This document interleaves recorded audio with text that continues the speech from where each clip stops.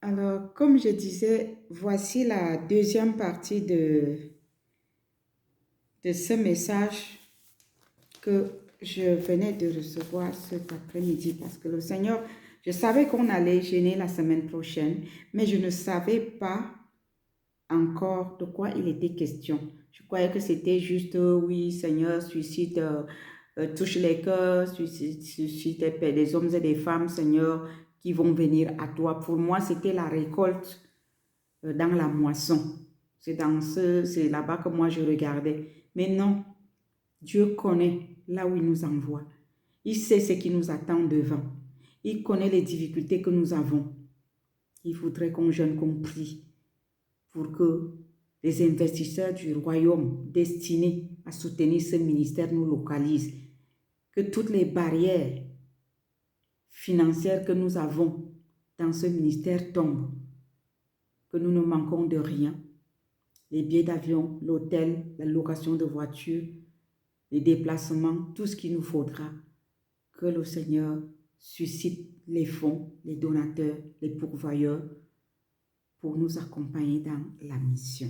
Je vais lire ce passage qu'il m'a donné. 2 Corinthiens chapitre 9 à partir du verset 6. Sachez-le, celui qui sème peu, moissonnera peu. Celui qui sème abondamment, moissonnera abondamment. Que chacun donne comme il a résolu en son cœur, sans tristesse ni contrainte, car Dieu aime celui qui donne avec joie. Et Dieu peut vous combler de toutes sortes de grâces afin de posséder, afin que possédant toujours en toutes choses de quoi satisfaire à tous vos besoins, vous ayez encore en abondance pour toute bonne œuvre. Selon qu'il est écrit, il a fait des largesses, il a donné aux indigents, sa justice subsiste à jamais. C'est lui qui fournit de la semence aux semeurs et du pain pour sa nourriture. Vous fournira et vous multipliera la semence et il augmentera les fruits de votre justice. Verset 11. Vous serez de la sorte enrichis à tous égards pour toute espèce de libéralité. Et je relis, il dit, vous serez de la sorte enrichis à tous égards pour toute espèce de libéralité qui, par notre moyen, feront offrir à Dieu des actions de grâce. La libéralité, c'est un don qui vient de Dieu. La libéralité vient de Dieu. Verset 12. Car le secours de cette assistance non seulement pourvoit aux besoins des saints, aux besoins des saints.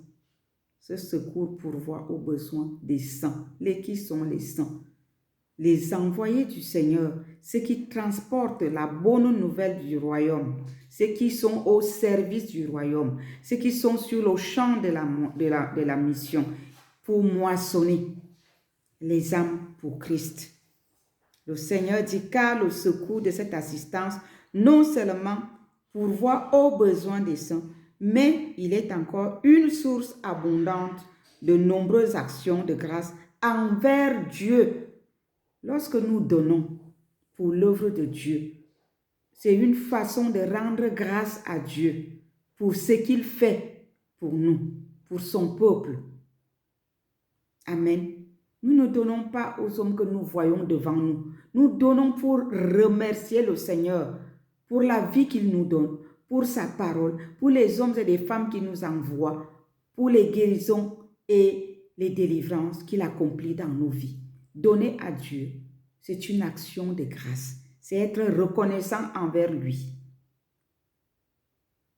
D'où vient donc que donner pour l'œuvre de Dieu est un péché, c'est quelque chose de tabou, qu'on ne doit pas en parler? C'est une pensée diabolique, complètement satanique. Voilà ça écrit. Car le secours de cette assistance non seulement pourvoit aux besoins des saints, mais il est encore une source abondante de nombreuses actions de grâce envers Dieu. Nous donnons pour Dieu, pour rendre grâce à Dieu. Nous ne donnons pas pour les hommes. Amen. Même tous ceux qui sèment dans le ministère, les pourvoyeurs du ministère, du royaume, ils donnent pour Dieu. Ils ne donnent pas pour les missionnaires, pour les hommes et les femmes de Dieu. Ils donnent pour Dieu lui-même. Parce que c'est lui qui mesure la bonne mesure serrée, secouée qui déborde. Ce n'est pas l'homme qui mesure l'homme. Verset 13. En considération de ce secours dont ils font l'expérience, ils glorifient Dieu. Donc, lorsque nous donnons, non seulement nous rendons grâce à Dieu, mais nous le glorifions. En considération de ce secours dont ils font l'expérience, ils glorifient Dieu de votre obéissance dans la profession de l'évangile de Christ. Vous comprenez ça? Ils font l'expérience, ils glorifient Dieu de votre obéissance dans la profession de l'évangile. C'est par obéissance qu'on donne pour que l'évangile puisse avancer. Et de la libéralité de vos dons envers eux et envers tous. La libéralité, c'est un don de Dieu. Savoir donner pour rendre grâce à Dieu. Savoir donner par obéissance à l'évangile de Christ. Savoir donner pour glorifier Dieu. C'est par obéissance. Si on n'est pas obéissant, on va trouver toutes les excuses pour ne pas donner. Et après, on dit qu'on aime Dieu, on sert Dieu. On se moque de qui? Verset 14. Il prie pour vous. Les qui il? Si ce n'est pas ses envoyés, les qui il? Si ce n'est pas ses serviteurs et servantes, les qui il? Si ce n'est pas les missionnaires sur le terrain qu'il envoie. Il prie pour vous parce qu'il vous aime à cause de la grâce imminente que Dieu vous a faite. Voilà pourquoi nous rendons grâce à Dieu par nos offrandes, parce qu'il nous a fait grâce. Regardez, il prie pour vous parce qu'il vous aime à cause de la grâce imminente que Dieu vous a faite. Grâce soit rendue à Dieu pour son don ineffable. Amen. Donc, la semaine prochaine, pendant que je vais dans Hébreux 13, verset 14, je cherche d'abord Hébreux là. Hébreux 13, 14, la semaine.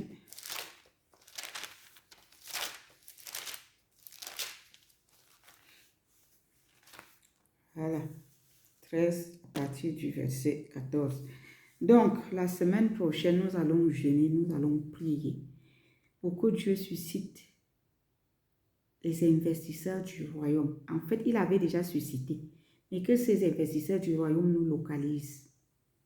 Que les pourvoyeurs du royaume nous localisent dans le ministère de l'épouse. Non seulement pour cette mission, c'est pour cela que je ne peux pas dire pour la mission du Burundi. Je dis dans ce ministère. Parce que nous n'allons pas seulement partir au Burundi. Nous n'allons pas seulement au Burundi, nous allons ailleurs aussi.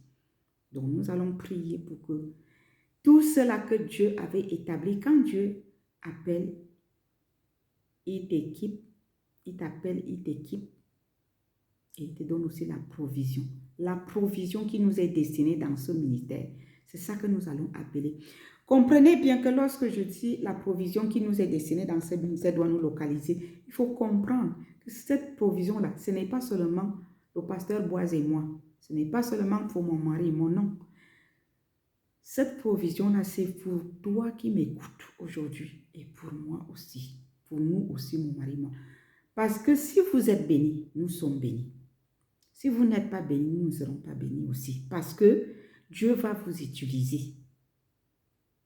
Comme il va aussi envoyer d'autres personnes. Donc, quand on demande la bénédiction, parce que vous priez pour ce ministère, sachez que la bénédiction va également vous localiser. On ne récolte pas dans un champ qu'on n'a pas ensemencé. Nous, on peut être bénis. Mais si vous ne participez pas par vos prières, par vos jeûnes, vos temps mis à part pour le Seigneur, pour faire avancer l'œuvre de Dieu dans ce ministère, quand le ministère sera béni, vous ne serez pas bénis. Je ne souhaite pas que ce soit, qu'il en soit ainsi. Ça ne me dépasse pas d'appeler mon mari et de lui dire, mon mari, nous prions pour que les partenaires de notre ministère nous localisent, que ceux-là que Dieu avait destinés pour ce ministère nous retrouvent. Ils vont venir, nous serons bénis. Mais vous ne serez pas bénis. Et nous marchons ensemble. Si vous n'êtes pas bénis, cela ne fera pas la joie complète de mon mari et de moi-même. Donc, nous voulons vous enrôler dans cette bénédiction, sachant que d'une manière ou d'une autre, vos portes s'ouvriront. Il n'y a pas que les finances. Vous pouvez être en train de chercher un travail. Vous pouvez être en train de demander une maison, une voiture, un époux, une épouse, je ne sais pas quoi, quelque chose de précieux et d'important à Dieu. Quand vous participez à son œuvre, vous ne pouvez pas passer à côté de sa bénédiction. Hébreux chapitre 13, du verset 14 au verset 17, je lis au nom de Jésus-Christ. Car nous n'avons point ici-bas de cité permanente, mais nous cherchons celle qui est à venir. Par lui, offrons sans cesse à Dieu un sacrifice de louange, c'est-à-dire le fruit de lèvres qui confessent son nom. Et n'oubliez pas la bienfaisance et la libéralité, car c'est à de tels sacrifices que Dieu prend plaisir. Seigneur, je t'aime, Seigneur, je t'aime. C'est bien beau, mais qu'est-ce qui lui fait plaisir? Il le dit ici, la bienfaisance et la libéralité, pour que son évangile puisse avancer, pour que ses envoyés puissent se déplacer sans encombre, pour que son évangile puisse atteindre les extrémités de la terre. Il faut la bienfaisance et la libéralité. Vous comprenez? Il ajoute l'obéissance, parce qu'on peut vous enseigner ces choses par désobéissance et par orgueil, par la dureté de vos cœurs, vous refusez. Mais Dieu ajoute, verset 17, obéissez à vos conducteurs et ayez pour eux de la déférence, car ils veillent sur vos âmes comme devant en rendre compte. Qu'il en soit ainsi, afin qu'ils le fassent avec joie et non en gémissant, ce qui ne vous sera d'aucun avantage. Vous imaginez un serviteur de Dieu, il a fini de jeûner, de prier pour aller, je ne sais pas, prêcher dans quelle sphère, et il arrive là-bas pour trouver même où dormir.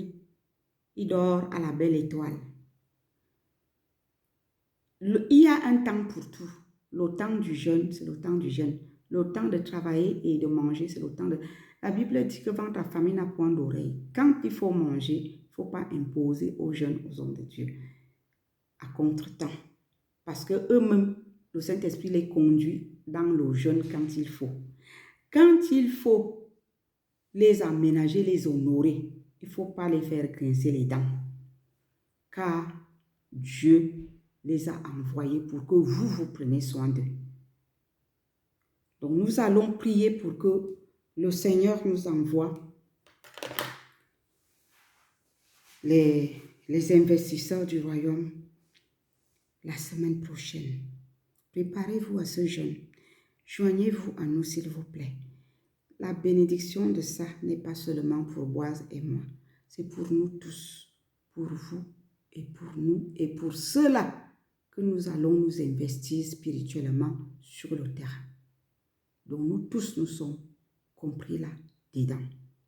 Soyons tous obéissants, soyons tous engagés pour l'œuvre du Seigneur.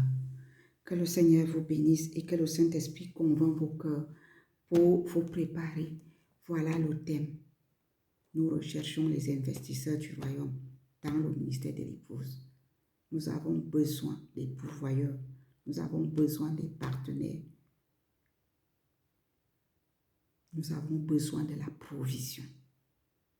C'est l'objet de notre jeûne la semaine prochaine. Joignez-vous à nous, s'il vous plaît. C'est pour nous tous. Ce n'est pas seulement pour mon mari et moi. L'œuvre de Dieu, ça vous engage aussi. Que le Seigneur vous bénisse. La Bible dit, à votre résolution répondra le succès. Soyez bénis et puis la semaine prochaine. Bye bye.